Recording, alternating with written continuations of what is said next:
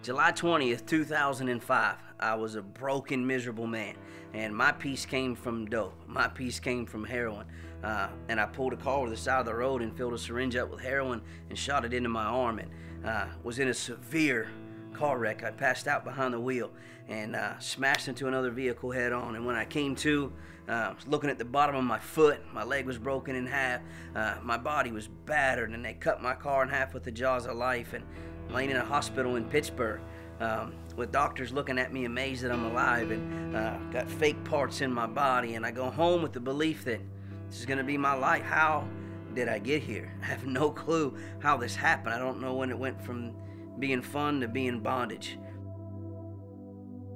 I was sitting in a jail cell for stealing a cell phone from my mother. I had broken into my sister's house probably a week prior to that and stole all the presents out from under her Christmas tree and stealing out of my daughter's piggy bank that my parents had been putting money into. I found myself watching one of my friends overdose, and before I even took him to get help, I robbed him to go get more heroin. My plan was pretty much to get high when I got out of jail and until I ran out of money, and then do enough dope to end it.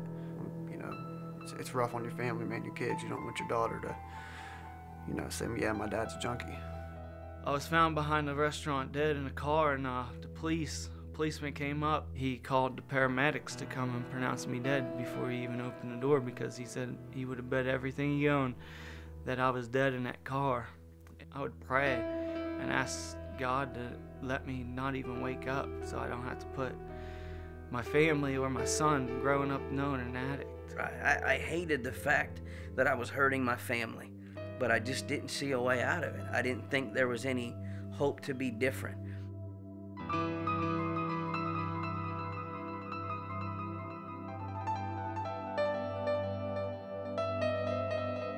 A lot of people think, oh, this only happens in New York City, Cleveland, LA, and it doesn't. This is where it's going on, and this is where it affects the people.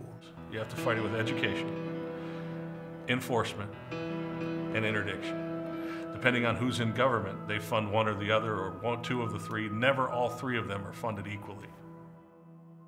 While I was sitting in jail, Donnie Lytle had come and talked to me, and he said, hey man, I talked to your mother, and I want to see if I can get you into this program. It's Christ-based. And I said, all right, man, I just broke. I just let it all that weight, man, I just let it go. I broke down, I cried, I prayed to God, and I said, all right, man, I'm gonna try a teen challenge.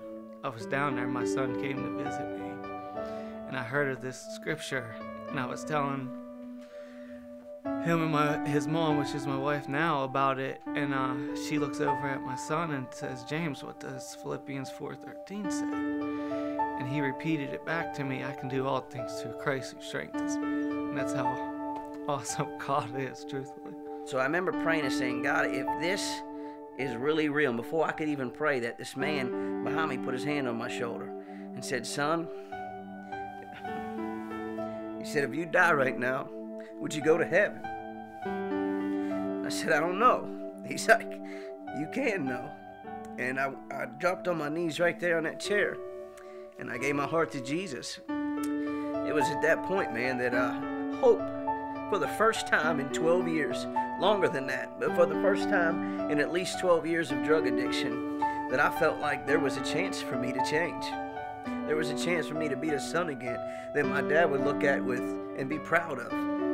There was a chance that maybe I didn't have to put a needle in my arm ever again. There was a chance that I didn't have to drink until I passed out somewhere and didn't have a clue where I was when I woke up. There was a chance that I could be happy. And that's when hope first arose in my life.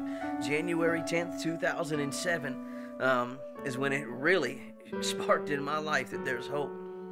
Sometimes people, when they find their salvation, they think that's the end. That's not. That's just the beginning.